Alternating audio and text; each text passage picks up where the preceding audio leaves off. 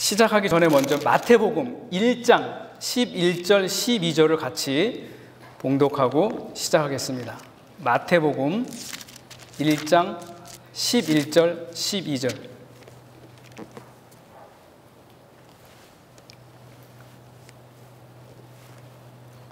마태복음 1장이니까 신약 제일 처음에 있죠? 자, 우리 다 같이 찾으셨으면 한 목소리로 읽겠습니다. 시작. 바벨론으로 사로잡혀 갈 때에 요시야는 여고냐와 그의 형제들을 낳으니라. 바벨론으로 사로잡혀 간 후에 여고냐는 스알디엘을 낳고 스알디엘은 수룹바벨을 낳고. 여기까지만 읽겠습니다. 여기서 우리가 잘 여러분들이 주목해서 봐야 될 게 뭐냐면 바벨론으로 사로잡혀 갈 때에, 그리고 12절에 바벨론으로 사로잡혀 간 후에, 이게 예수님의 족보를 설명을 하는데 쭉 내려오다가 아브라함부터 쭉 내려오다가 여기 11절에 와서는 바벨론으로 잡혀갈 때에 하고 12절에서는 바벨론으로 잡혀간 후에. 그래서 이 바벨론이라고 하는 나라가 구약 성경을 꿰뚫는 굉장히 중요한 단어 중에 하나예요. 그래서 여러분들이 이걸 시작하기 전에 어떤 단어들을, 몇 가지 단어들을 잘 새겨 들었으면 좋겠는 게, 그게 뭐냐면 첫 번째가 북이스라엘. 여러분들이 아마 지금까지 설교를 들으면서 굉장히 많이 들으셨을 거예요. 북이스라엘, 그 다음에 남유다, 북쪽의 이스라엘, 그 다음에 남쪽의 유다, 그 다음에 그 북이스라엘을 괴롭혔던 아수르라고 하는 나라가 있습니다. 아수르. 그 다음에 남쪽 유다를 괴롭혔던 바벨론이라고 하는 나라가 있습니다. 그래서 북이스라엘, 남유다, 아수르, 바벨론. 그 다음에 바벨론을 또 멸망시킨 나라가 있어요. 그게 바사. 세계사에서는 그게 페르시아로 나옵니다. 바사가 페르시아, 현재는 그 이란 지역이 페르시아 지역인데 거기에 있는 나라가 성경에는 바사. 그래서 다시 한번 말씀드리면 북이스라엘, 남유다, 그 다음에 북이스라엘을 멸망시켰던 아수르라고 하는 나라, 그 다음에 남쪽 유다를 멸망시켰던 바벨론. 오늘 마태복음 11장 11절 12절에도 나왔죠. 바벨론으로 사로잡혀갈 때에, 바벨론으로 사로잡혀간 후에. 그래서 이 바벨론이 굉장히 중요한 역할을 많이 합니다. 그리고 이 바벨론을 멸망시켰던 바사라고 하는 나라. 이렇게 그 중요한 단어들이 있으니까 이걸 여러분들이 잘 염두에 두시면 좋을 것 같습니다. 그래서 처음부터 이제 한번 시작을 해보도록 하겠습니다. 자, 여러분들이 다음 주에 오실 때 숙제가 있는데요. 숙제가 뭐냐면 창세기부터 계시록까지 성경 순서를 암송을 하는 겁니다. 외우는 거예요. 혹시 여러분 다 외우시는 분 있어요? 예. 한 분 계시네. 좋습니다. 우리가 여태까지 평생 신앙생활을 하고 말씀은 들었는데 창세기부터 계시록까지 순서를 외우는 거는 많이 안 해봤을 것 같아요. 제가 한번 해보겠습니다. 다음 주에 오실 때 여러분 이거 꼭 암송을 하셔야 돼요. 암기를 하셔야 그 다음에 제가 얘기하는 게 어느 정도 이렇게.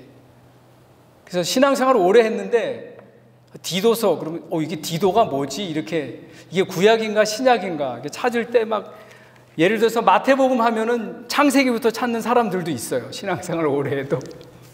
디도서, 그러면 야, 이게 디도서가 구약인가 신약인가 이렇게. 그런 걸 이제는 조금 이제 그래도 어느 정도 신앙생활을 했으면 성경 순서를 외우는 게 좋을 것 같습니다. 자, 창세기부터 제가 한번 해볼게요.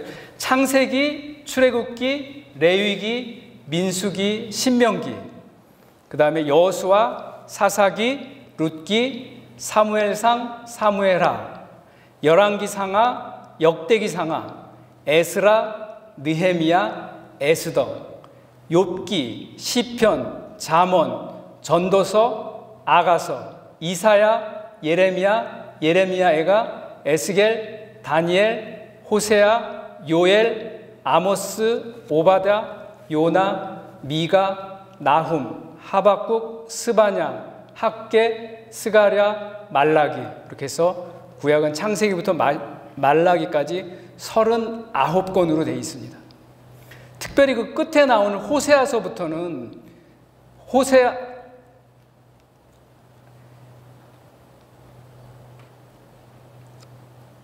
호세아, 요엘, 아모스, 오바댜, 그러니까 12 소선지서가 있는데 요거는 굉장히 좀 순서 외우기가 굉장히 쉽지가 않아요. 그래서 여러분들 외우실 때 많이 외우셔야 이게 입에 착 붙어요. 저는 이제 신학교 다닐 때 이걸 다 암송을 했던 거라서 지금까지 이렇게 붙으면 나오는데, 자, 그럼 신약 한번 가볼게요. 신약 마태, 마가, 누가, 요한, 사도, 로마, 고린도 전서, 고린도 후서, 갈라디아서, 에베소서, 빌립보서, 골로새서, 데살로니가 전서, 데살로니가 후서, 디모데 전서, 디모데 후서, 디도서, 빌레몬서, 히브리서, 야고보서, 베드로 전서, 베드로 후서, 요한 1서, 2서, 3서, 유다서, 요한 계시록. 그래서 신약은 27권, 구약 39권, 신약 27권, 합해서 66권. 그래서 여기 66권이기 때문에 여기서 조금만 더 올라가면 이사야가 1장서부터 66장까지가 있어요. 그래서 그것도 하나 더 외우는 거죠. 이사야는 66장까지 있구나. 창세기는 50장까지, 출애굽기는 40장까지. 이런 것까지 다 외우면 굉장히 여러분들이 이게 성경을 아는데 굉장히 많이 도움이 됩니다. 자, 그러면 다시 창세기부터 시작을 해서 창세기부터 말라기까지 순서를 다시 한번 정해 보겠습니다. 카테고리를 한번 정해 볼게요. 자, 창세기, 출애굽기, 레위기, 민수기, 신명기 이 5권을 모세오경이라고 합니다. 여러분 많이 들어보셨죠? 모세오경. 모세가 쓴 5가지의 경전. 그래서 창세기, 출애굽기, 레위기, 민수기, 신명기, 이걸 모세오경이라고 합니다. 그 다음에 여호수아서부터 여호수아, 사사기, 룻기, 사무엘상하, 열왕기상하, 역대기상하, 에스라, 니헤미야, 에스더 여기까지가 역사서라고 이야기를 합니다. 구약의 역사서. 그래서 구약 성경의 가장 중심이 되는 것은 역사서예요. 왜? 구약의 역사 가운데 성경이 탄생을 했고 그 역사 가운데 선지자들이 활동을 했고 성경에 나오는 모든 우리가 잘 아는 사람들이 전부 다 그 구약의 역사서에 있는 그 가운데서 활동을 했기 때문에 이 역사서를 잘 이해하는 것이, 잘 아는 것이 구약 성경을 관통하는 핵입니다. 그 중에서 구약에서는 열왕기상, 열왕기하가 가장 중심이 되는 거예요. 구약 역사의 핵심은 열왕기상, 열왕기하에 모두 다 몰려 있습니다. 여기에 모든 선지자들이 거의 대부분 몰려 있고, 그래서 역사서까지 했고, 역사서까지 끝나면 그 다음에 욥기, 시편, 잠언, 전도서, 아가서 이 5권이 나옵니다. 이것을 시가서라고 이야기를 합니다. 시 형식으로다가 만들어진 겁니다.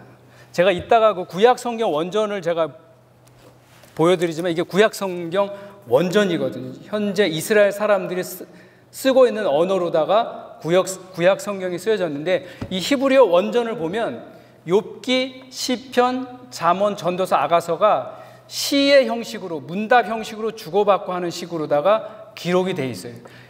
욥기도 우리가 시가서로 분리하는 이유 중에 하나가 욥기가 보면 하나의 그 이야기로다가 이렇게 다 연결된 것 같지만 이 원전에 보면 계속 질문하고 답하고 질문하고 답하고 이렇게 시의 형식을 빌어서 기록이 됐기 때문에 이게 시가서에다가 저희가 구분을 합니다.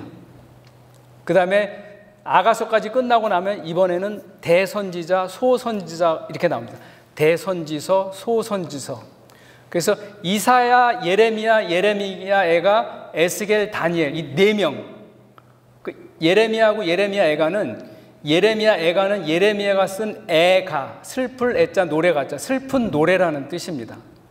그래서 이사야, 예레미야, 애가 포함이 되고 에스겔, 다니엘 이 4명의 선지자를 대선지자라고 이야기를 합니다.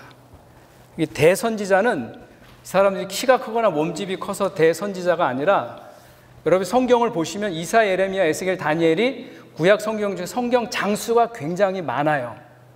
그래서 그걸 대선지서라고 얘기하고 그 다음에 예레미야까지 나가서 그 다음 이제 소선지자가 있습니다. 12명의 소선지자. 호세아, 요엘, 아모스, 오바다, 요나, 미가, 나움, 하박국, 스바냐, 학개, 스가랴, 말라기 12명의 소선지자는 구약 성경의 장수가 되게 작아요. 대선지서에 비해서 소선지서는 용량이 좀 이렇게 작습니다. 그래서 소선지자라고 이야기를 하게 됩니다. 그래서 모세오경이 있고 역사서가 있고 시가서가 있고 대선지서가 있고 소선지서가 있고 이렇게 해서 구약 성경이 5가지 카테고리로 구분이 됩니다. 자, 다시 창세기로 올라가서 창세기는 말 그대로 창세, 세상을 창조한 기록.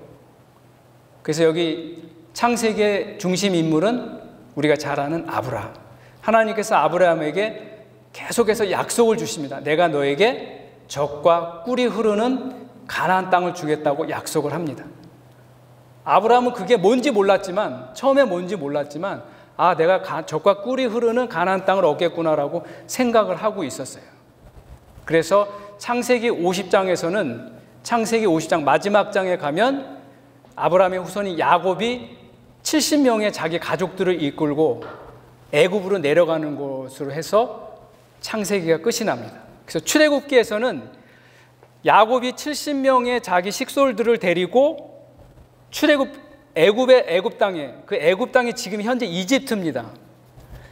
그래서 출애굽기에서는 그 야곱이 70명의 자기 식구들을 데리고 와서 노예 생활을 400년 동안 하게 됩니다. 그때 누가 나타나냐 하면 우리가 잘 아는 모세가 나타나게 돼서 모세가 이스라엘 백성들을 이끌고 애굽을 나가는, 그러니까 떠나다, 애굽을 떠나는 이야기가 출애굽기에 기록이 되어져 있습니다. 자, 출애굽 다음에 그다음에 레위기가 나오죠. 우리가 성경을 쭉 읽다 보면 어디 가서 많이 막히냐면 레위기에 가서 굉장히 많이 막혀요. 출애굽기도 처음에는 모세 이야기가 나올 땐 괜찮은데 거기 가서 막 하나님한테 뭐 십계명을 받고 율법에 대해서 얘기가 나오고 하면 굉장히 지루해지기 시작을 해가지고 레위기에 오면은 막 제사 제도에 대해서 얘기를 하니까 다 거기 가서 블랙홀에 빠지는 것처럼 거기서 다 빠지는데, 나중에 제가 레위기를 그 구약의 제사 제도 해갖고 파워포인트를 해서 여러분들에게 강의하면 레위기를 읽는데 굉장히 쉬워집니다. 레위기가 그렇게 어려운 책이 아니고요. 그냥 딱 이게 맥락이 있는 건데 너무 이게 어지럽게 이렇게 돼 있으니까 우리가 잘 이해를 못해서 그렇지. 그래서 출애굽하는 동안, 광야 생활 40년 동안 하는 동안에 생활을 어떻게 해야 되는지, 하나님 앞에 제사를 어떻게 지내야 되는지에 대한 내용을 따로 떼어내서 기록한 게 레위기입니다. 그러니까 레위기는 그렇게 쭉 이어지다가 출애굽기하고 같이 옆에 연장선에 같이 서게 되는 거고요. 그 다음에 민수기가 나오죠. 민수기, 백성 민자, 셀 숫자, 백성의 숫자를 세는 거예요. 이스라엘 사람들은 자주 자기 백성들의, 왕들은 백성들의 숫자를 셉니다. 왜? 그게 국력이기 때문에. 그래서 백성들의 숫자를 세는데 민수기에서는 2번의 이스라엘 사람들을 계수를 하게 됩니다. 그 숫자를 세는 과정을 기록이 되어 있는 게 민수기.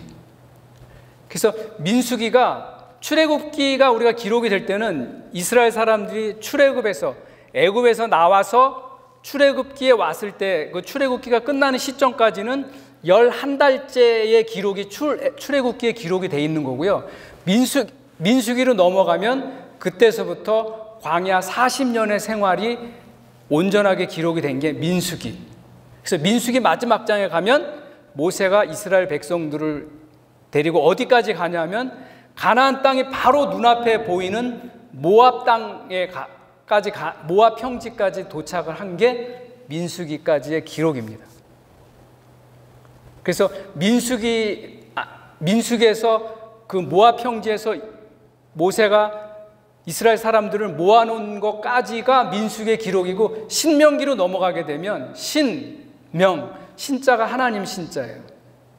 명자가 명령이고 하나님의 명령. 그래서 모세가 이스라엘 사람들을 자기 이제 젖과 꿀이 흐르는 가나안 땅으로 들여보내기 전에 다시 한번 지금까지 하나님께 받은 말씀을 가지고 이스라엘 백성들을 향해서 5편의 고별 설교를 한 게 신명기의 내용입니다. 그래서 이게 내용이 계속 반복이 돼요.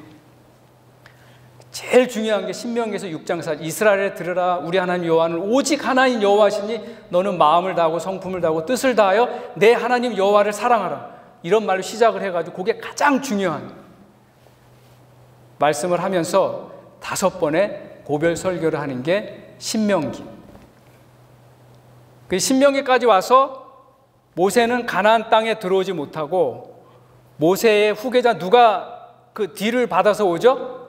여호수아. 그래서 신명기 다음에 여호수아가 이어지게 됩니다.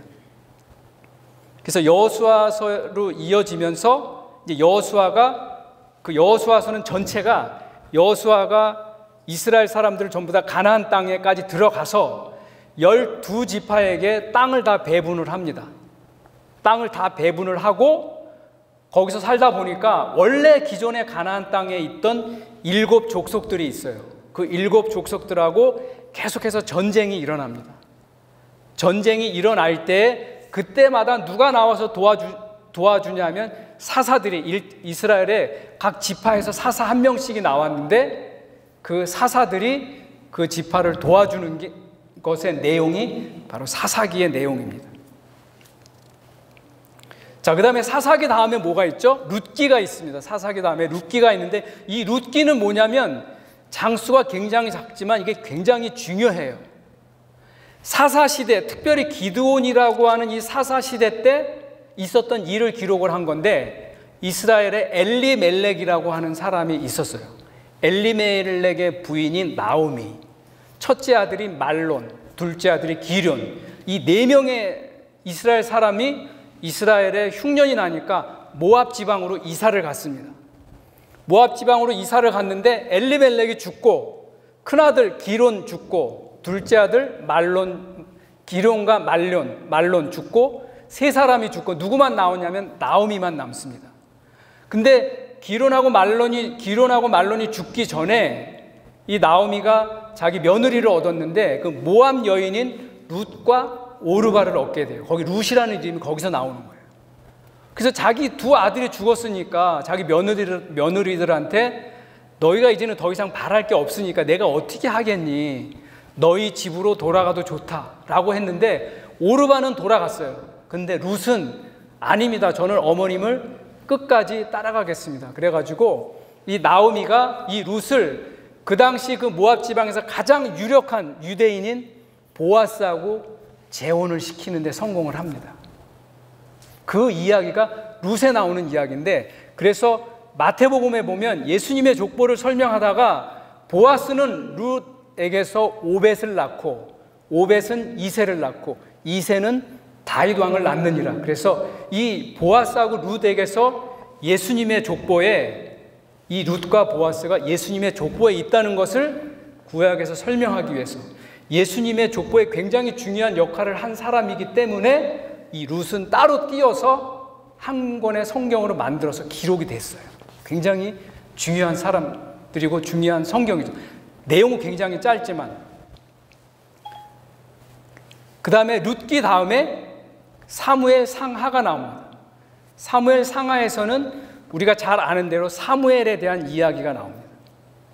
그러니까 이스라엘의 12 사사들이 다 끝나갈 무렵에 사무엘이 한나에 의해서 사무엘이 태어나는데 이 사무엘이 이스라엘의 마지막 사사 역할을 하고 사무엘의 가장 큰 역할은 이스라엘의 초대 왕 사울을 세워주고 그 다음에 사무엘 하에 가면 온전히 다윗에 대한 이야기로 다 꽉 차 있어요.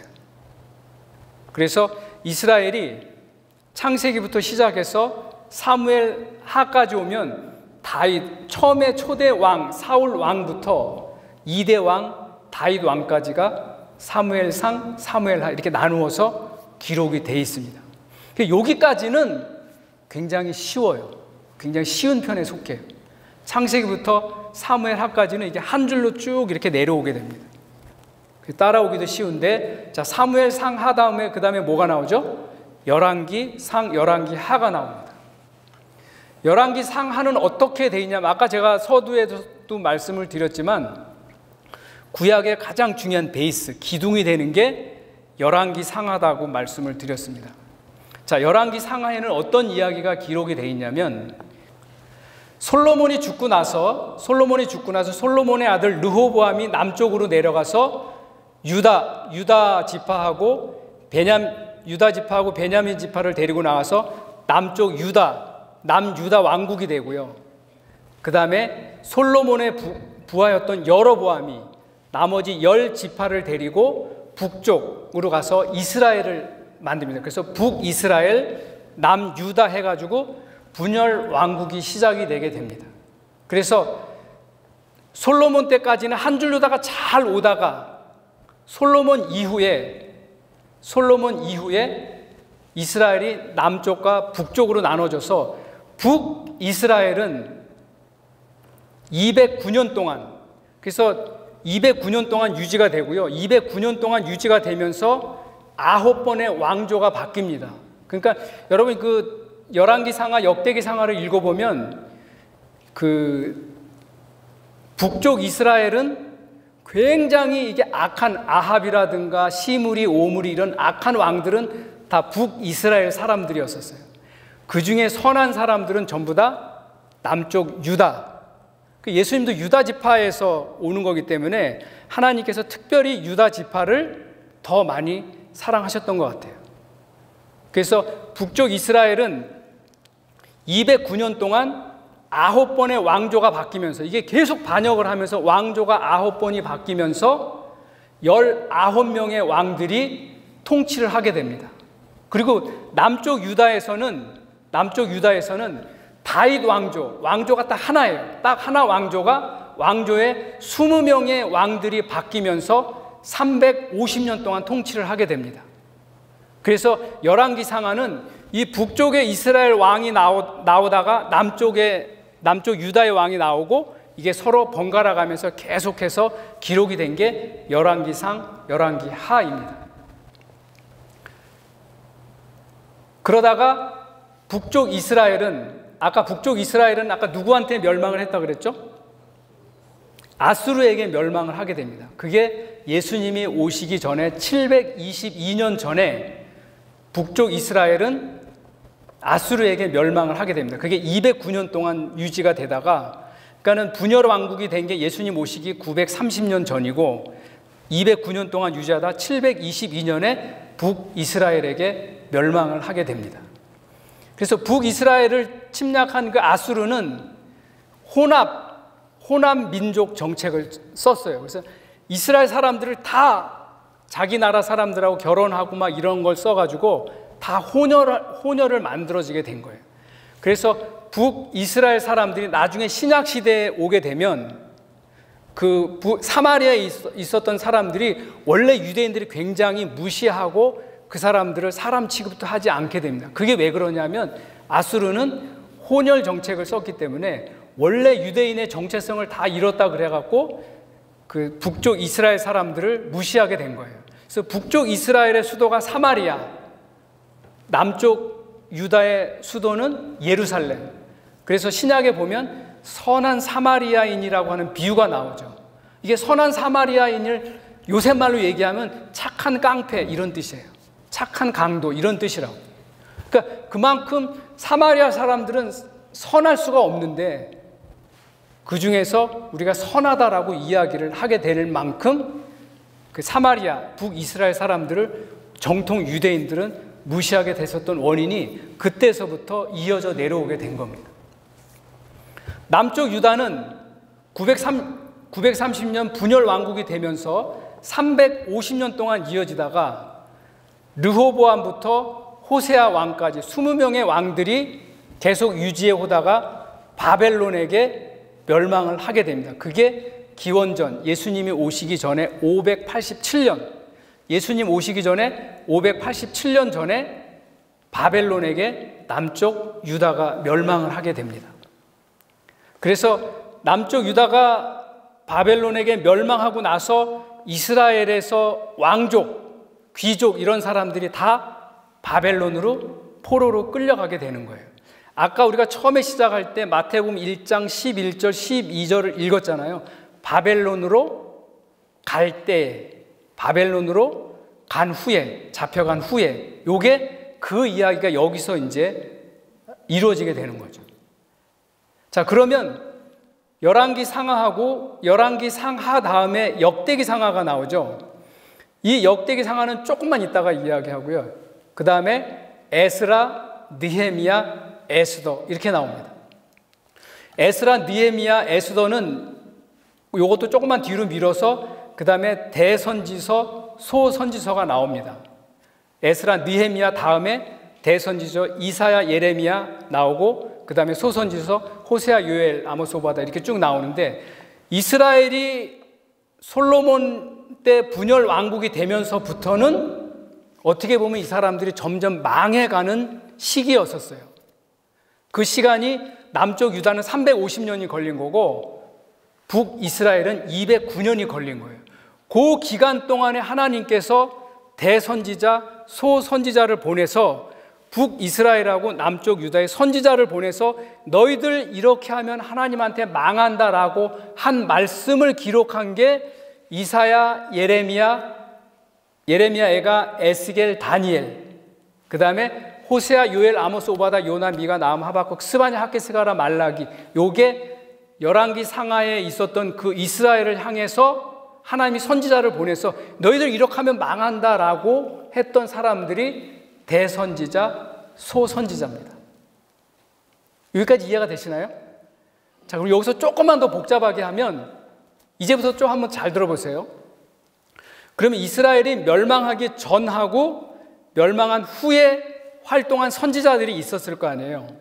그죠? 멸망하기 전에, 멸망한 다음에, 그 다음에 남쪽 유다에 가서 하나님의 말씀을 전한 선지자가 있고 북쪽 이스라엘에 가서 전한 선지자가 있습니다. 그 대선지자 4명, 소선지자 12명, 전체 16명의 선지자 중에서 북쪽 이스라엘에 가서 하나님의 말씀을 전한 선지자는 3명밖에 없어요.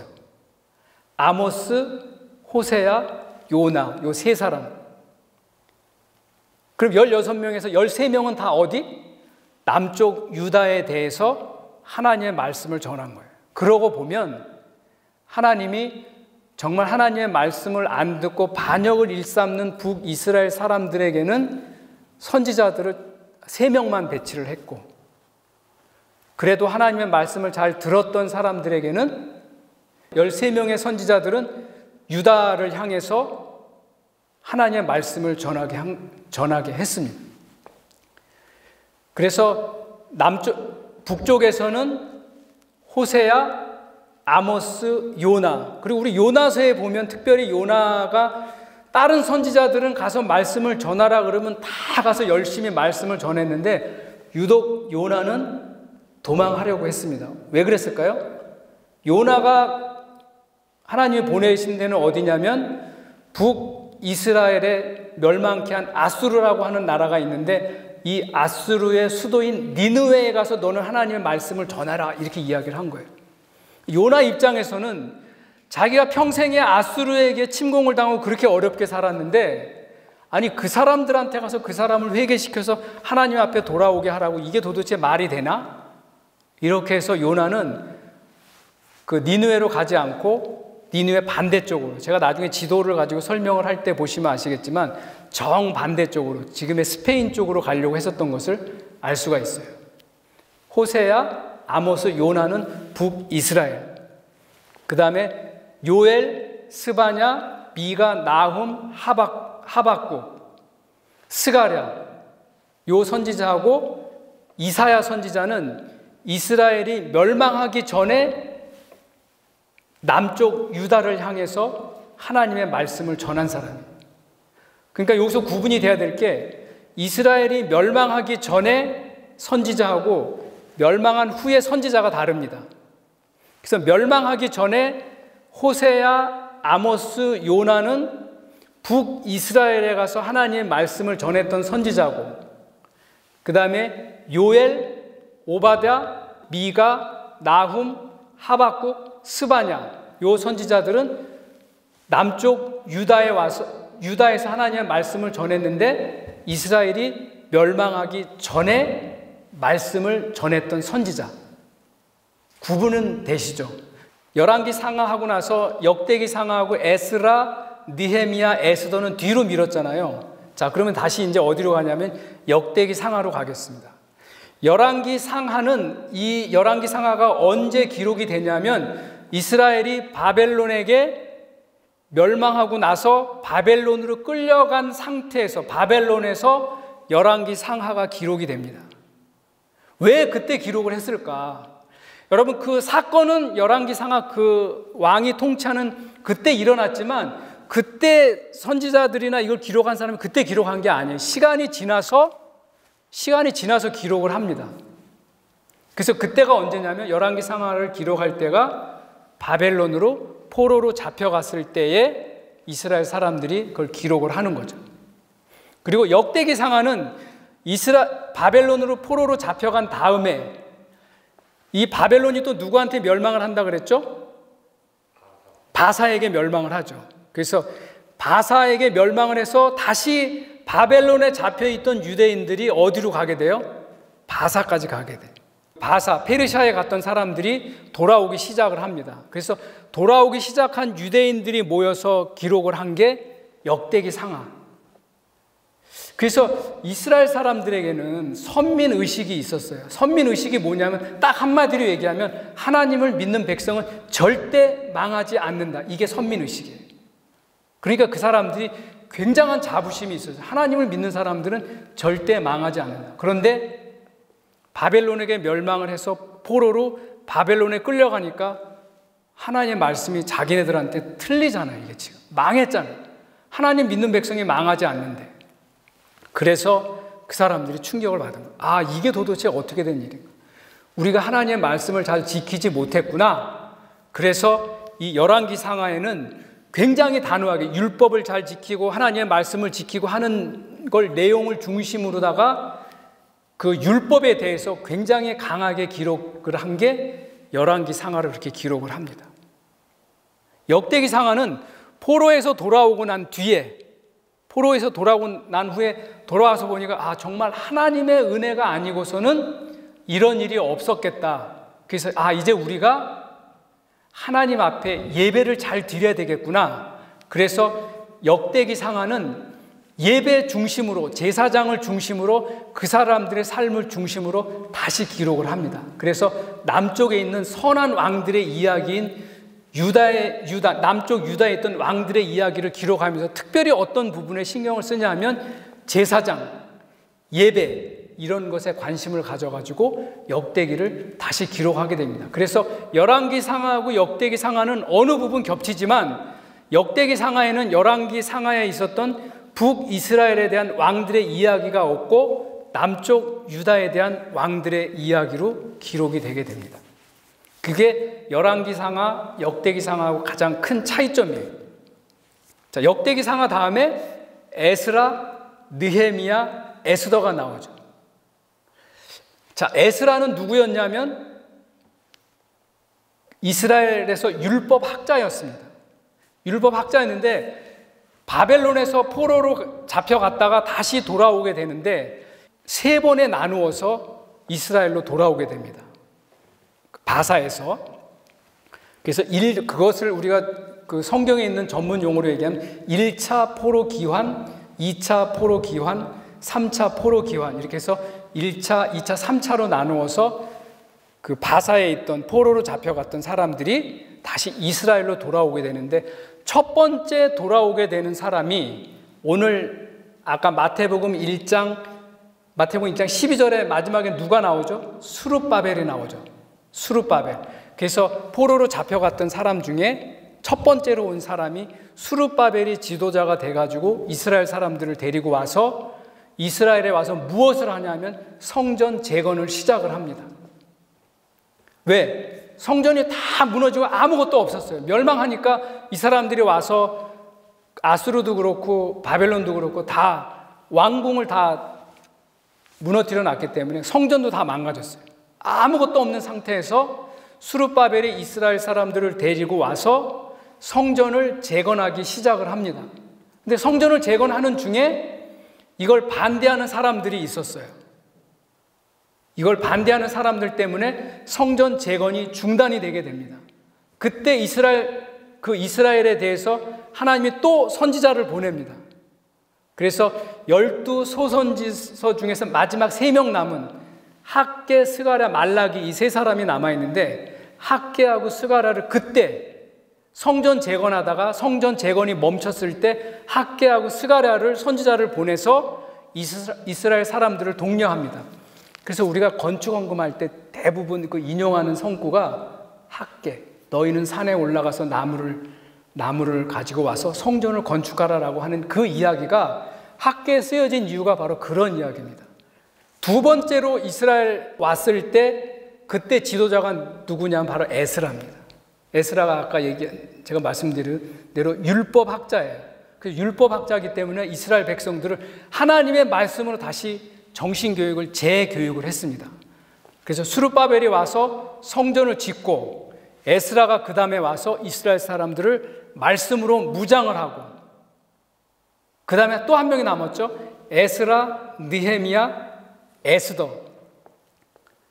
느헤미야는 언제 활동을 하냐면 그 세 번째, 그 바사에서 마지막 세 번째 3차 포로 기한 때 느헤미야가 와가지고, 이 사람 느헤미야는 뭐를 하냐면 성벽, 성전은 지었는데 그 성벽이 다 무너졌기 때문에 이 성벽을 재건하는 역할을 한 사람이 느헤미야가 하게 됩니다. 그래서 학개, 스가랴가 에스라하고 느헤미야 때 그때 같은 시기에 그 이스라엘 사람들에게 하나님의 말씀으로 독려를 했던 사람이 학개, 스가랴, 그 다음에 에스라, 느헤미야, 그리고 역사서의 마지막 남은 에스더.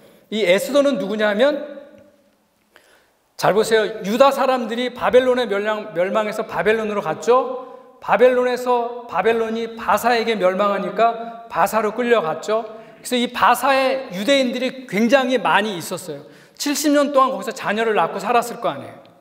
70년 동안 자녀를 낳고 살면서 굉장히 많은 사람들이 있었는데 1차, 2차, 3차의 포로 기환에도 불구하고 그 바사에는 남아있는 유대인들이 굉장히 많이 있었어요. 그 남아있던 많은 유대인들 중에 누가 있었냐면 중심 인물이 에스더하고 모르드게.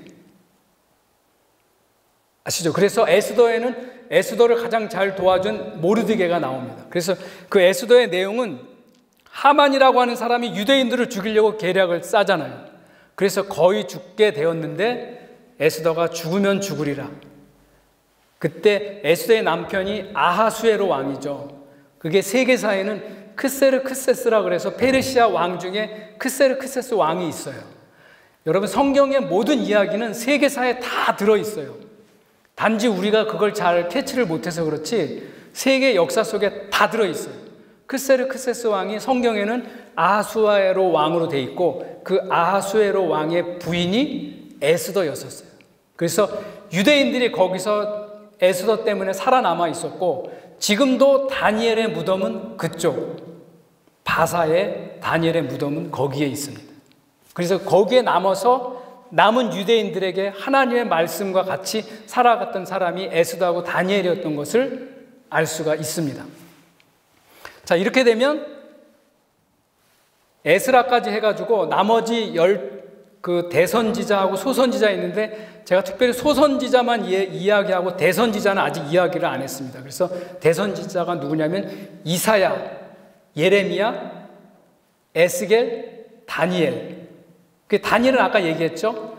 에스겔은 바벨론에 있을 때 이스라엘 백성들하고 같이 생활했던 사람이고, 이사야는 이스라엘이 멸망하기 전에 분열 왕국이 된 초창기에 남쪽 유다에서 하나님의 말씀을 전한 사람이 이사야.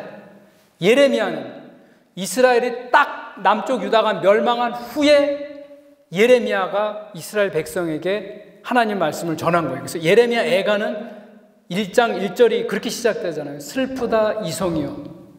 이렇게 하면서 성이 무너진 게 그 슬프다라고 하면서 그 유다가 바벨론에게 멸망한 그 내용을 기록한 게 예레미야 애가. 그래서 이사야, 예레미야는 남쪽 유다에서 하나님의 말씀을 전한 선지자입니다.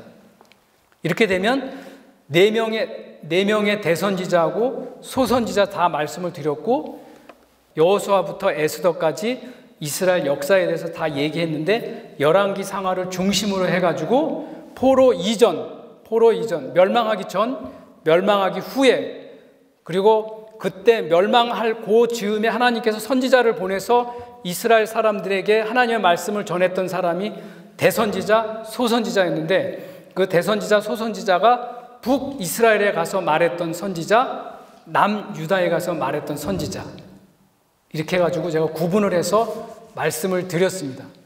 느헤미야하고 거의 같은 시기에 말라기 선지자가 같이 활동을 합니다. 그게 예수님 오시기 400년 전입니다. 그래서 이 느헤미야가 왔을 때 성전이 만들어졌죠. 에스라가 이스라엘 사람들을 정신무장, 하나님의 말씀으로 정신무장시켰죠. 느헤미야가 성벽을 재건을 했죠. 그래서 이 상태가 계속 이어지면서 예수님이 오시기 400년 전 동안 이게 쭉 이어지다가 이 사람들이 신약의 주인공으로 등장, 그의 후손들에부터 신약의 역사가 시작이 되는 거예요. 그래서 예수님이 오시기 전 400년 전부터 예수님이 오실 때까지 이 기간에 굉장히 중요한 일들이 일어납니다. 요거를 말씀을 드릴게요. 그래야 이 정치적인 배경을 말씀을 드려야 신약의 역사가 잘 이해가 돼요.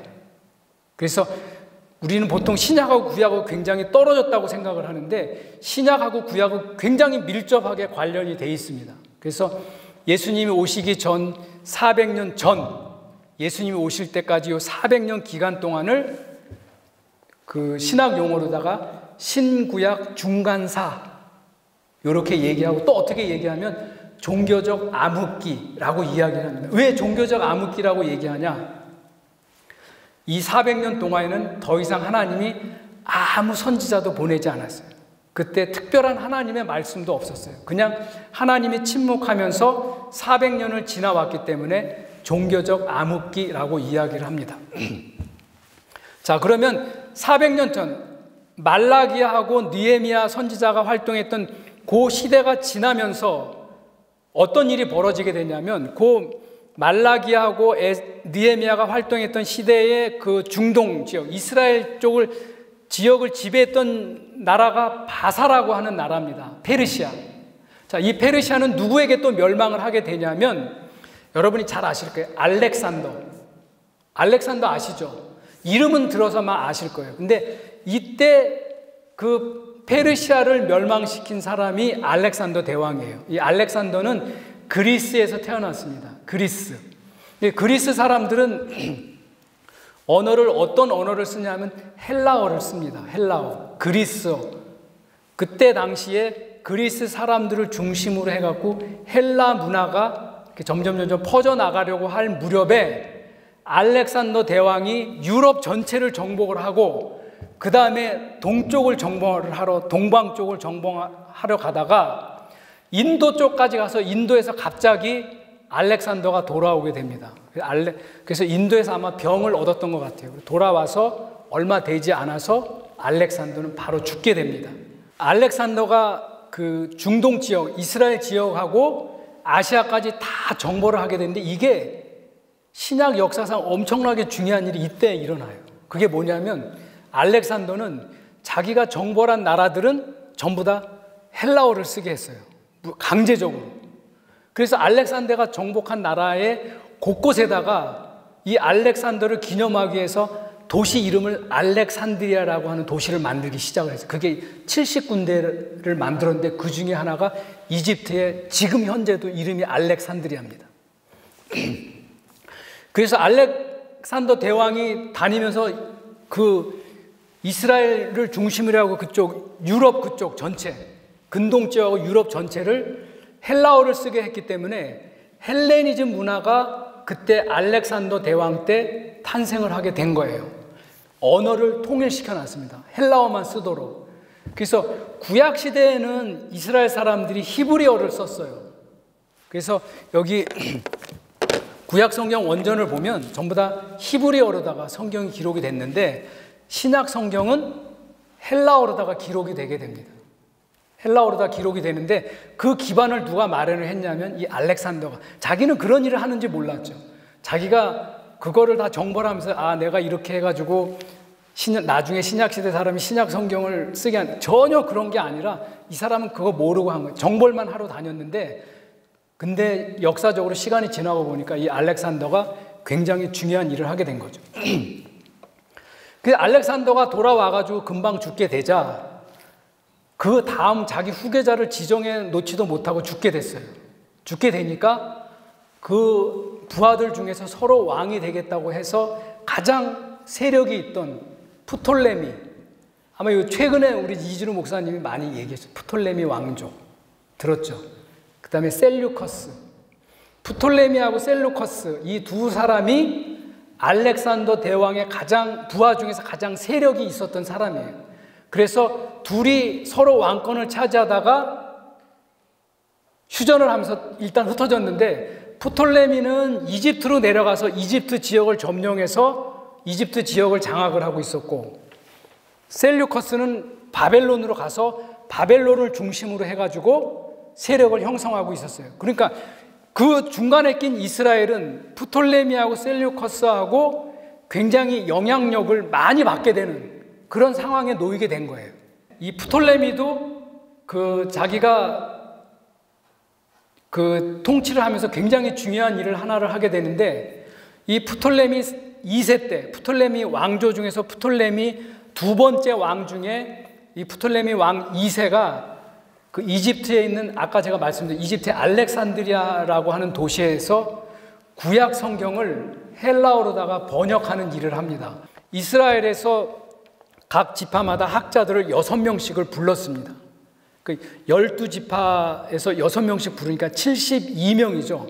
72명을 불렀는데 70명이 오게 돼서 히브리어로 된 구약 성경 원전을 헬라어 성경으로다가 번역하는 일을 합니다. 그게 바로 셉투아진타라고 하는 이 셉투아진타라고, 이게 셉투아진타가 라틴어로다가 그 70이라는 뜻이에요. 제가 나중에 홈페이지에다 이거 사진 다 찍어가지고 안에 내용 어떻게 생겼는지 몇 페이지 이렇게 사진 찍어서 자료로 다 올려드리겠습니다. 이 셉투아진타라고 하는 헬라어로 다 된 구약 성경을 번역을 하게 됩니다. 그래서 이 구약 성경이 신약 시대에 오면서부터 성경책으로 활용이 되게 된 거예요. 그러니까 신약 시대 때는 여러분 신약 성경이 있었던 게 아니에요. 신약 시대 때 있던 성경은 전부 다 구약 성경밖에 없었어요. 이해가 되시죠? 신약 성경은 예수님이 태어나시고 나서 언제부터 쓰여졌냐면 예수님이 태어나시고 나서 50년이 지난 다음부터 신약 성경이 기록이 되기 시작을 해요. 그거는 이따 신약에 가서 이야기를 드리고, 그래서 이 셉투아진타라고 하는 이 성경책을 번역을 해서 나중에 사도 바울이 전도여행을 다니면서 전도를 할 때 가장 크게 많이 도움을 줬던 게 이게 구약 성경이 헬라어로다가 번역이 되니까 이 그쪽 당시에 있는 사람이 전부 헬라어를 쓰는 사람들이니까 성경을 읽기가 굉장히 편해졌던 거예요. 그래서 그 알렉산더는 헬레니즘 문화, 언어를 통일시켜줬고, 프톨레미는 구약 성경을 헬라어로다가 번역을 하게 되고, 그런 역사적인 사실이 있게 된 거고요. 이 셀류커스 왕조가 처음에는 굉장히 유대인들에게 호의적이었었어요. 굉장히 호의적이어갖고 이스라엘 사람들하고 잘 지내서 문제가 되지 않았습니다. 안티오쿠스 에피파네스라고 하는 이 네 번째 왕에 왔을 때 이스라엘 사람들을 굉장히 잔혹하게 학대를 하기 시작을 합니다. 그러니까 이스라엘 사람들로서는 굉장히 이게 너무 잔혹하게 자기들을 학대하니까 살 수가 없었어요. 그래서 그때 마카비 혁명이 일어나게 된 때가 바로 그때 마카비 혁명이 일어나게 됩니다. 그래서 마카비 혁명이 일어나갖고 이스라엘 사람들이 하스모니안 왕조를 세워요. 그래서 하스모니안 왕조를 세워서 이스라엘 사람들이 100년 동안 그 이스라엘의 자체적으로 나라를 독립을 해서 잘 지내게 됩니다. 그래서 이스라엘이 그 마카비 왕조 때 마카비가 혁명을 일으켜서 이스라엘이 독립을 해가지고 셀류커스에 의해서 독립을 해가지고 이스라엘이 잘 지내다가 점점 나라가 커지니까 그 외곽 지역을 다스리는데 이스라엘 사람들만으로는 부족하게 됐어요. 그래서 에돔 지역을 담당할 수 있는 그 당시에 에돔 왕이었던 헤롯을 불러들이게 됩니다. 헤롯이 이때 신약 성경에 처음 시작이 된 게 이때서부터 시작이 된 거예요. 하스모니안 왕조 때 이스라엘 나라가 점점 커지니까 주변에 있는 나라들, 그 이스라엘 주변에 있는 나라를 다스리기 어려우니까 에돔 왕이었던 헤롯 왕을 불러가지고 우리가 너네 좀 돌봐줄 테니까 그 에돔 지역을 다스려줘라라고 이야기를 해서 그렇게 처음에는 지냈는데 이 헤롯이 가만히 지내다가 보니까 이스라엘이 가만히 보니까 이게 별거 아니네. 그래서 이 에돔 왕이었던 헤롯이 반란을 일으킵니다. 그래서 이스라엘하고 전쟁이 붙었어요. 전쟁이 붙었는데 처음에는 헤롯이 지게 됩니다. 그래서 헤롯이 져서 어디로 쫓겨갔냐면 로마로 쫓겨가게 돼요. 그 로마로 쫓겨가게 된 당시에가 로마가 새로 이탈리아를 전체 통일을 해갖고 이탈리아 왕국을 생성할 그런 시기에, 그러니까 이탈리아가 가장 왕성했을 시기에 에돔 왕이었던 헤롯이 이탈리아 로마까지 내려가서 로마에 가서 아부를 하게 됩니다. 그래서 이탈리아 로마 왕의 초대 왕이 옥타비아누스를 아우구스투스라고 이야기를 합니다. 별명이 아우구스투스인데 우리에게 알려지기로는 아우구스투스로 많이 알려져 있어요. 누가복음에는 아구스도라고 나옵니다. 이 아우구스투스, 로마 첫 번째 황제 아우구스투스가 누가복음 2장에서는 아구스도라고 나옵니다. 아구스도가 천하의 영을 내려서 유대인들은 모든 사람들은 호적을 올리라고 이야기를 하죠. 그게 누가복음에 나오는데 이 아구스도에게 붙어가지고 헤롯이 힘을 얻게 돼가지고 다시 이스라엘로 돌아와서 이스라엘을 다스리는 지배자로 오게 됩니다. 그러니까 이스라엘 입장에서는 굉장히 난처한 상황이 발생하게 된 거죠. 전에는 이 헤롯이 자기 부하였었는데 지금은 자기들의 왕이 돼서 돌아오게 됐어요. 그리고 그 헤롯 왕 뒤에는 누가 있었냐면 로마가 있었습니다. 그래서 로마가 뒤에서 봐주면서 헤롯이 이스라엘 왕을 잘 하도록 하다가 로마 군대가 완전히 이스라엘을 점령할 때가 로마에서 폼페이 장군을 데리고 와서 이스라엘을 완전히 멸망시킬 때가 기원전 63년, 예수님이 태어나기 63년 전에 이스라엘을 완전히 멸망을 시킵니다. 자, 그래서 이스라엘을 보면 로마의 지배를 받죠. 로마의 지배를 받고 그 다음에 또 거기다 곁들여가지고 이 헤롯의 지배를 받게 되는 이런 정치적인 상황에서 예수님이 탄생이 되면서 신약시대가 시작이 되게 되는 겁니다. 그러니까 마태복음이나 이런 데 보면 분봉왕 헤롯이라고 하는 게 나오고 총독 본디오 빌라도 이게 나오잖아요. 분봉왕이 뭐냐면 처음에 이스라엘을 통치했던 대헤롯, 그레이트 헤롯은 얼마 있다가 죽게 돼요. 예수님이 태어나기 바로 전에 죽게 됩니다. 근데 자기 아들이 3명이 있었어요. 그게 안티파스, 아켈라오, 빌립, 이 3명의 아들이 있었는데 이 3명의 아들을 이스라엘 땅을 3등분 해가지고 다스리게 했습니다. 그래서 그 3명이 이스라엘을 3등분 해갖고 지배를 하게 했다. 그래서 분봉왕 이런 직함을 준 겁니다. 총독은 뭐냐면 로마에서 이스라엘을 다스려야 되는데 그 이스라엘 다스리는 사람으로서 로마에서 대표로다가 한 사람을 보냅니다. 그게 총독. 그러니까 분봉왕도 이스라엘을 다스리고 총독도 이스라엘을 다스리는 이중적인 그런 지배 구조 하에서 예수님이 탄생하게 되는 겁니다. 그래서 예수님이 탄생하기 전에 세례 요한이 6개월 전에 먼저 태어나죠. 그래서 세례 요한이 광야에서 예수님의 말씀을 선지자를 너희는 예비하라라고 하면서 회개하라고 하면서 예수님의 시대를 활짝 열어놓고 그 뒤에 예수님이 오게 됩니다. 자, 신약도 굉장히 중요해요. 제가 이게 신구약 중간사 이야기를 했잖아요. 이때 이런 정치적 배경하에서 예수님이 탄생을 하고 그 신약의 이제 그 27권을 제가 카테고리를 한번 구분해 볼게요. 자, 마태, 마가, 누가, 요한복음, 사복음서라고 이야기를 합니다. 그 다음에 신약에도 역사서가 있어요. 신약의 역사서는 간단합니다. 사도행전 한 권이 역사서입니다. 그래서 구약의 역사서도 가장 기둥 역할을 했다면 신약에서도 역사서가 가장 큰 기둥입니다. 이게 사도행전.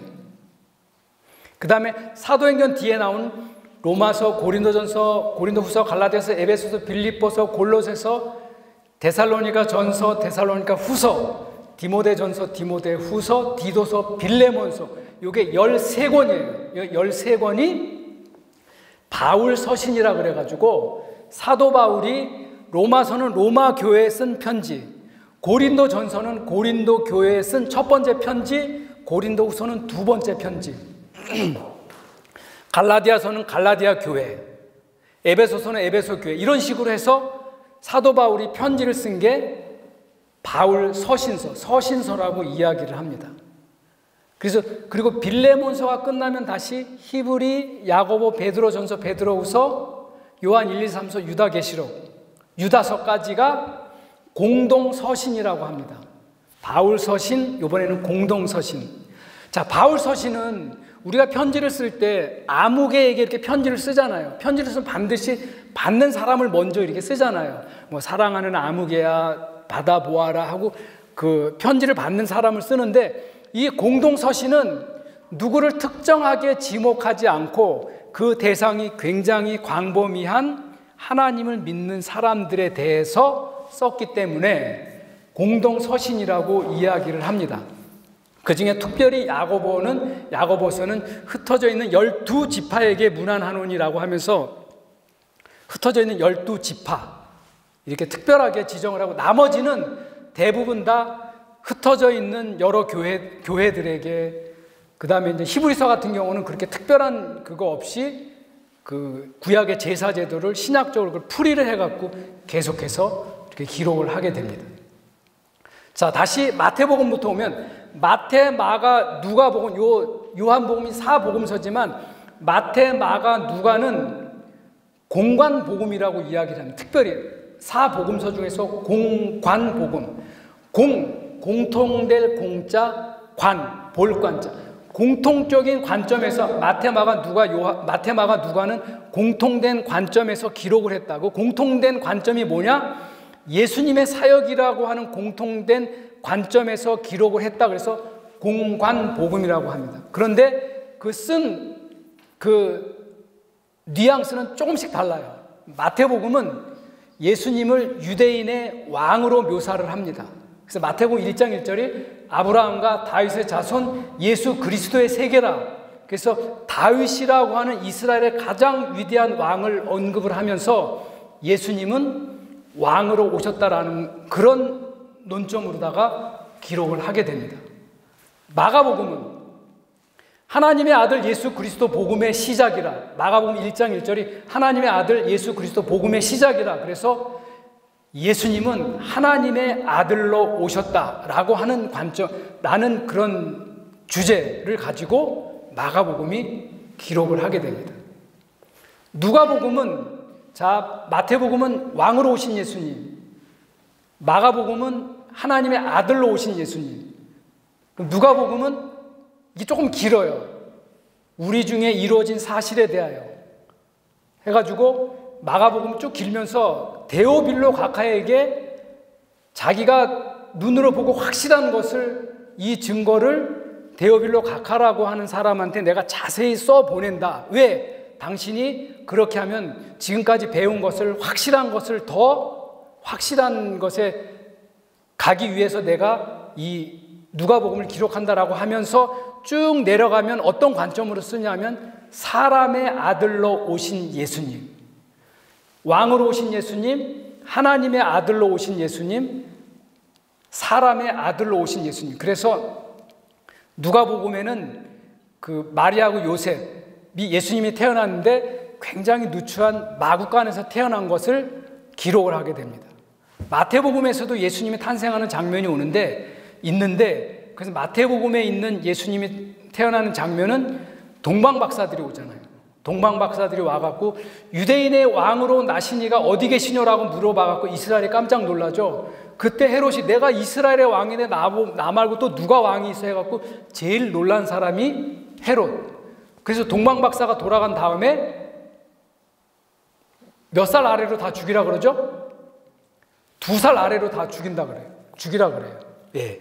그래서 마태복음에 나오는 예수님에 관한 기사는 예수님이 태어난 지 2년 후에 사건을 기록한 거고, 누가복음에서 예수님의 탄생, 마리아하고 요셉이 마구간에서 태어난 장면은 예수님이 태어날 그 당시에 일을 기록을 한 거예요. 그래서 사건이 조금은 다릅니다. 그게 왜 그러냐면 예수님이 탄생할 때 예수님 탄생 별이 떴어요. 그 별을 보고 동방에 있던 박사들이, 동방은 지금의 페르시아, 아까 제가 얘기했던 바사 그 지역입니다.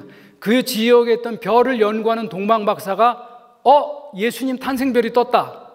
그래서 이 별이 움직이니까 그 별을 따라서 어디까지 와요? 예루살렘까지 오게 됩니다. 이스라엘의 예루살렘까지 와가지고 예루살렘에 와서 유대인으로 왕으로 나시니가 누구뇨? 이렇게 물어본 거예요. 그러니까 별을 페르시아에서 이스라엘까지 온 기간이 얼마나 걸렸다는 거예요? 최소한 2년이 걸렸다는 거예요. 그래서 동방 박사가 유대인으로 왕으로 나시니가 누구냐 해서 예수님은 왕으로 오셨다는 것을 이스라엘 온 나라에 선포하고 자기는 다시 나라에 돌아가게 된 거예요. 그리고 나중에 그 총독 본디오 빌라도도 예수님이 왔을 때 네가 유대인의 왕이냐라고 물어보죠. 그래서 이 왕에 대한 관점으로 다 마태복음이 계속 기록이 되게 됩니다. 그래서 이 사복음서 중에서 가장 먼저 기록된 것이 마가복음. 이 마가복음이 예수님이 돌아가신 지 20년 후에, 자, 신약 성경이 어떻게 기록됐는가를 한번 우리가 조금 살펴보면은요, 아까 그 마가복음에 보면 데오빌로 가카라고 하는 사람이 나오죠. 이 데오빌로 가카가 누구였냐면 우리가 생각하는 뭐 대통령 그게 아니에요. 이 가카라는 것을 영어 성경에 보면은 most excellent라고 되어 있어요. 아주 유능한, 뛰어난 사람인 데오빌로라고 하는 사람이에요. 자, 예수님이 오늘 뭐 병자도 고치고 눈먼 사람도 고치고 우리 성경에 기록된 거 외에 엄청나게 많은 일을 하셨어요. 근데 문제는 언제부터 생겼냐면 예수님이 돌아가신 다음부터 생겼어요. 자, 하루가 지났어요. 예수님이 어저께 어느 동네에서 누구를 고치셨는데, 누구를 해서 어떤 일을 했는데, 이런 일을 했는데 저런 일을 했는데 얘기했어요. 한 달이 지났습니다. 한 달 전에 예수님이 어디서 무슨 일을 하고 어디서 무슨 일을 하고 이스라엘에 다 사람들이 이야기를 해요. 1년이 지나고 2년이 지나니까 뭐가 생기기 시작하냐면 기억에 착각이 생기기 시작한 거예요. 누가 얘기하면 그거는 1년 전쯤인가? 그 2년 전쯤인가? 이렇게 사람들의 기억에 문제가 생기기 시작을 했습니다. 그래서 마가가 처음으로 예수님이 했던 그 사역들을 다 모아가지고 예수님의 사역을 기록을 한 거예요. 그게 예수님이 돌아가신 지 20년 후에. 그래서 그걸 보고 마태하고 누가가 기록을 하게 됩니다. 그래서 복음서는 마가복음이 가장 먼저 기록이 되고 그 다음에 마태복음, 누가복음 이렇게 기록이 되고, 요한복음은 조금 달라요. 공관복음, 마태, 마가, 누가 요한복음이라고 했잖아요. 근데 요한복음은 공관복음이 안 들어가는데 요한복음은 기록 시기가 예수님이 돌아가신 지 60년 정도 있다가 기록이 됩니다. 그래서 예수님이 돌아가시고 나서 이스라엘에 엄청난 핍박이 오게 돼요. 핍박이 오게 되니까 예수님의 12제자를 비롯한 예수님을 믿던 사람들이 다 이스라엘 밖으로 도망을 가게 됩니다. 그래서 터키로도 도망가고 그리스도로 가고 그 주변의 여러 나라로 다 피해서 가게 돼서, 그래서 그 사람들이 가는 곳곳마다 하나님의 말씀을 전해서 복음이 전하게 되진 거거든요. 그러다가 보니까 원래 이스라엘에 남아있던 정통 유대인들은 히브리어도 잘 알고 헬라어도 잘 알아서 하나님의 말씀을 전하는데 별로 문제가 되지 않았는데, 이 사람들이 해외로 도망가서 살다가 자녀를 낳고 또 자녀를 낳다 보니까 자기네들의 모국어인 히브리어를 잊어버렸어요.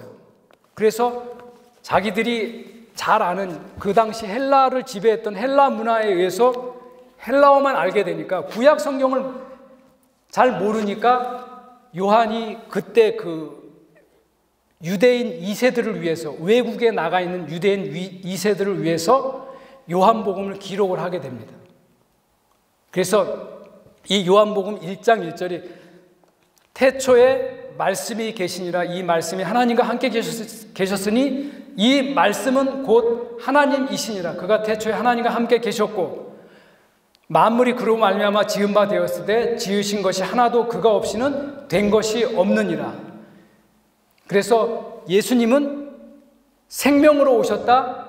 하나님의 말씀, 하나님의 말씀으로 오셨다. 그래서 요한복음 1장 14절에서는 또 말씀이 육신이 되어 우리 가운데 거하심에 우리가 그 영광을 보니 아버지의 독생자의 영광이요 은혜와 진리가 충만하더라. 그래서 예수님의 신성을 강조하는 내용으로다가 그 원래 오리지널 유대인 말고 외국에 흩어져 있던 유대인 2세들을 위해서 특별히 기록한 하나님의 신성이라고 하는, 하나님의 신성을 가진 예수님이라고 하는 주제를 가지고 성경을 기록하게 된 게 요한복음입니다. 그래서 마태, 마가, 누가, 요한을 이렇게 정리하고 사도행전으로 들어오죠. 사도행전 초반부에 누가 있습니까? 베드로. 베드로가 성령을 받아서 전도를 하잖아요. 그래서 하루에 막 3,000명씩 돌아오게 되고, 그게 사도행전 9장까지 있고 10장서부터 누가 나옵니까? 우리가 잘 아는 사도 바울. 사도 바울이 다메섹으로 가는 도중에, 다메섹으로 오는 도중에 이스라엘에 가서 하나님 믿는 사람들을 내가 다 잡아 죽여야 되겠다고 오다가 다메섹 도상에서 예수님을 만납니다. 사울아 사울아 네가 왜 나를 핍박하느냐? 나는 네가 핍박하는 예수다. 그때 이 사도 바울이 예수님으로부터 말씀을 받은 거죠. 그래서 사도 바울이 그때부터 여행을 다니면서 자기가 가는 곳곳마다 말씀을 전했어요. 그래서 사도 바울이 그 전도 여행을 하러 다니는데 4번의 전도 여행을 하러 다닙니다. 1차, 2차, 3차. 3차 여행까지 하고 로마 감옥에 갇히고 로마 감옥에 갇힌 다음에 풀려나서 4차 전도 여행을 마치고 디모데 후서를 예수님이 돌아가신 지 37년 후에, 그러니까 AD 67년에 디모데 후서를 기록하고 로마 감옥에서 순교합니다. 그래서 그때 바울 서신이 13권이 거의 다 기록이 되는데, 그게 대개 예수님이 돌아가신 지 30년 뒤에 60년에서 67년 사이에 로마서, 고린도전서, 고린도후서, 갈라디아서, 에베소서, 빌립보서, 골로새서, 데살로니가 전후서, 디모데 전후서, 디도서, 빌레몬서가 그때 60년에서 67년 사이에 기록이 되게 되는 거죠. 마찬가지로 공동서신 히브리서부터 요한 1, 2, 3서까지가, 요한 1, 2, 3서는 빼고 그 유다서까지가 같은 맥락, 그 기간 중에 성경이 기록이 되게 됩니다. 그리고 나서 67년까지 거의 신약 성경이 마무리될 즈음에 AD 70년에 예루살렘이 완전히 로마에 의해서 다시 한번 함락이 되게 돼요. 그래서 요한 1, 2, 3서는 요한복음, 요한 1, 2, 3서, 요한계시록은 그 요한이 95년 동안 97년도에가 요한이 죽게 되는데 그 무렵에 요한 1, 2, 3서도 기록하고 요한계시록도 그때쯤에 기록한 거로 해서 AD 100년, 많게는 100년까지 성경에 쓰는 역사가 다 끝이 나게 됩니다. 그럼 창세기가 기록된 때가 언제냐 하면 약 BC 1500년 전, 그러니까 예수님이 태어나시기 1500년 전쯤에 처음 기록이 되고요. 신약 성경이 AD 100년 요 안에까지 기록이 돼서 합치면 1600년입니다. 1500년, 100년. 그래서 1600년 동안 창세기부터 계시록까지 기록이 되는데 1600년의 시간이 걸리고, 그 성경을 기록한 사람들의 숫자는 약 40명. 왜 약 40명이냐면 히브리서 같은 거는 저자가 누군지 모르고, 구약 성경도 대부분 저자가 모르는 게 대부분이 많은데 누가 기록했을 것이다 라고 추측은 하지만 명확하게 이 글을 누가 썼다라고 쓰지 않는 이상은 명확하게 얘기를 하지 못하기 때문에 약 40명의 저자들이 1600년 동안 각자 자기의 삶에서 하나님의 말씀을 받아서 그때 개별적으로 자기가 하나님의 영감을 받아서 기록해 놨던 것이 지금에 와서 우리가 그 성경책을 보게 되는 거죠. 그래서 아까 이 septuaginta라고 70인역을 가지고 라틴어 성경이 기록이 됩니다. 불가타라고 하는 이 라틴어 성경이 라틴어로다가 번역이 되고요. 중세 때 와서. 그래서 이 불가타라고 하는 성경을 배경으로 해가지고 영어 성경이 번역이 되는데 그게 이 홀리 바이블, 킹 제임스 버전. 이 책이 좀 오래됐어요. 굉장히. 이게 킹 제임스 버전이 영어 성경 중에 원전이라고 할 수 있습니다. 킹 제임스 버전이. 그럼 우리나라 성경은 어떤 번역 과정을 통해서 들어왔을까? 이 라틴어 성경인 불가타 성경하고 영어 성경의 킹 제임스 버전을 참고를 해갖고 처음에 중국어 성경이 번역이 됩니다. 중국어 성경이 번역이 된 다음에 그 다음에 우리나라 말로 성경이 번역이 돼요. 그래서 우리나라 성경책이 예수께서 가라사대 이런 말이 자주 있잖아요. 그게 뭐냐면 중국 사람들이 공자왈 맹자왈 하죠. 공자 가라사대 맹자 가라사대. 그래서 성경이 처음에 중국어로 번역이 됐기 때문에 그 중국어 성경을 참고해서 우리나라 말로다가 번역이 됐고 우리는 원래부터 같이 한문을 썼었기 때문에 그걸 한글이 번역이 되면서 예수께서 가라사대. 그래서 원래 한문 성경에서는 예수왈 이런 식으로 돼 있어요.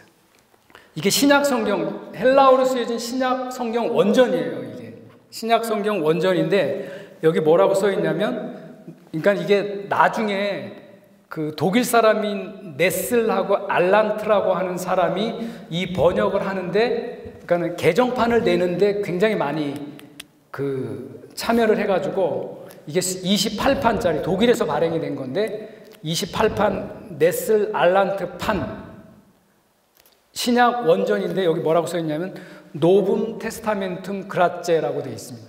그러니까 노붐이라고 하는 건 영어는 new, 새로운. 그래서 이 성경 버전은 계속해서 이게 내용이 바뀌는 게 아니라 단어들을 원래 그 원전에 가깝게 번역하기 위해서 조금씩 계속 개정판을 낸다는 것을 제가 여러분들에게 말씀드리기 위해서 하는 건데 노븐 테스타멘툼, 이게 테스타멘툼이 신약 성경, 그라제가 뭐냐면 그리스어라는 뜻이에요. 그래서 그리스어로 기록된 새로운 신약 성경이라고 하는 책입니다. 오늘은 이제 전체 한번 훑었는데 요걸 다음 주에는 한번 다시 한번 정리 한번 하고 그 다음에 창세기부터 또 이렇게 큰 카테고리로 해서 이렇게 해서 아무튼 여러분들이 성경을 잘 이해할 수 있도록 저는 이제 도움을 주기 위해서 하는 거고요.